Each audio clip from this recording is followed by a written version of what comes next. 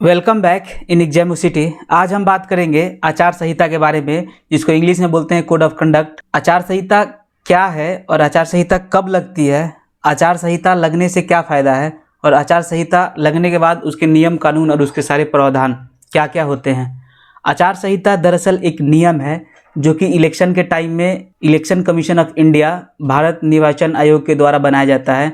जो भी उस समय इलेक्शन कमीशन का हेड होता है वो इस नियम को बनाता है। जैसे अभी सुशील चंद्रा जो हैं वो इलेक्शन कमीशन के हेड हैं और इनको अपॉइंट करता है भारत के राष्ट्रपति, प्रेसिडेंट ऑफ इंडिया। और इनका कार्यकाल जो होता है पूरा 6 साल के लिए होता है या 65 साल के एज तक। मतलब कि अगर इनका कार्यकाल के बीच इनका 65 साल उम्र पूरा हो जाता है तो उसी बीच इनको इस पद से हटा दिया जाएगा। और अगर 65 साल उम्र उनका नहीं होता है इस बीच, तो 6 साल इनको कार्यकाल पूरा करने का पूरा अधिकार है, उसके बाद इनको हटाया जाएगा। तो आपको पता चल गया इलेक्शन कमीशन का हेड कौन होता है और इन्हीं के द्वारा बनाया जाता है आचार संहिता का नियम और कानून। आचार संहिता के नियम और कानून जो बनाया जाता है, इसी तहत किसी भी पार्टी को चुनाव में काम करना होता है। इसके बाहर कोई भी पार्टी या कोई भी इंसान उस समय काम नहीं कर सकता है। अगर कोई करता भी है तो उस पर कानूनी कार्रवाई करने का पूरा हक है इलेक्शन कमीशन को। आचार संहिता कब लगाई जाती है? दरअसल किसी भी राज्य में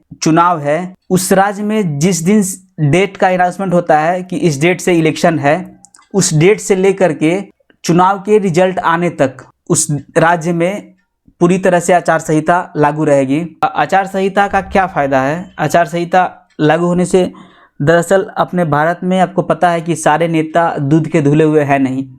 बहुत सारे के पास क्रिमिनल क्राइम का रिपोर्ट वगैरह बहुत कुछ है, हमें बताने की ज़रूरत है नहीं। तो वो लोग वोट पाने के लिए बहुत सारे दंगा फसाद, पैसा वगैरह बांटने लगते हैं, साड़ी कपड़ा। और अपने भारत में तो 500 में लोग वोट भेज देते हैं। तो इन सबों को रोक लगाने के लिए आचार संहिता लागू करना अनिवार्य हो जाता है, जिसमें कुछ काफ़ी हद तक कंट्रोल भी होता है आचार संहिता लगने के बाद। आचार संहिता के सारे नियम कानून और प्रावधान को हम पूरे विस्तार से जानेंगे। आचार संहिता लागू होने के बाद सार्वजनिक धन के प्रयोग पर रोक लगा दी जाती है, जिसमें किसी राजनीतिक दल या राजनेता को चुनाव लाभ ना प्राप्त हो सके, कोई भी पैसा से वोट ना खरीद सके। क्योंकि वैसे भी भारत में 500 में लोग अपना वोट बेच देते हैं, जैसा कि अभी हमने बताया।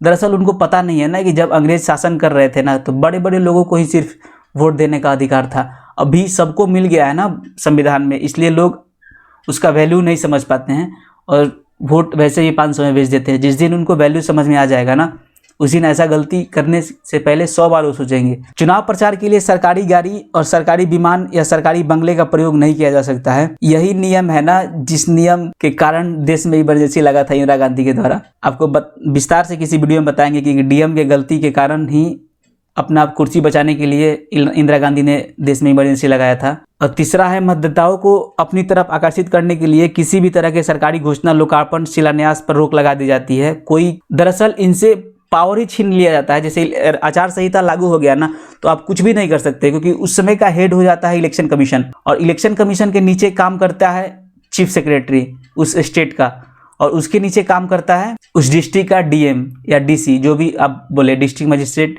या डिस्ट्रिक्ट कलेक्टर।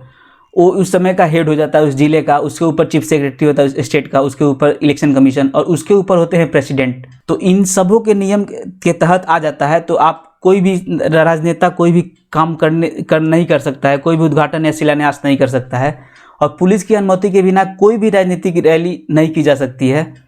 जो भी नियम बनाता है आचार संहिता में, उसी नियम के तहत आपको रैली या कुछ भी करना होता है।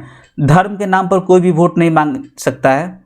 इस दौरान सरकारी खर्च पे किसी भी प्रकार का ऐसा आयोजन नहीं किया जाता है जिससे किसी भी दल विशेष को लाभ प्राप्त हो सके।